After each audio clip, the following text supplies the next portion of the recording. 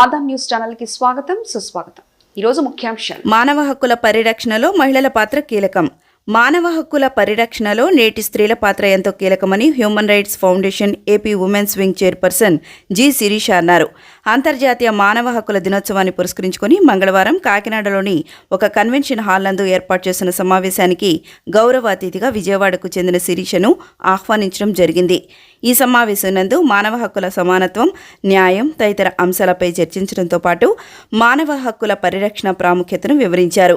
అత్యంత ఉత్సాహంగా జరిగిన ఈ సమావేశంలో విద్యార్థులు, న్యాయ నిపుణులు మరియు కార్యకర్తలు పాల్గొనగా ముఖ్య అతిథులుగా విచ్చేసిన హైకోర్టు న్యాయమూర్తి మరియు జిల్లా ఎస్పీ సేవా కార్యక్రమంలో నిరంతరం పాల్పడుతున్న మహిళా మణులకు జ్ఞాపికలను అందజేసి అభినందించడం జరిగింది.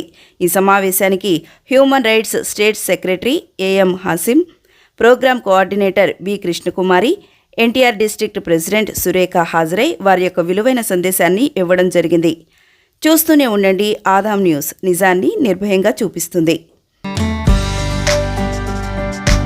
ఇవి బులెటిన్ విశేషాలు. చూస్తూనే ఉండండి ఆదాం న్యూస్.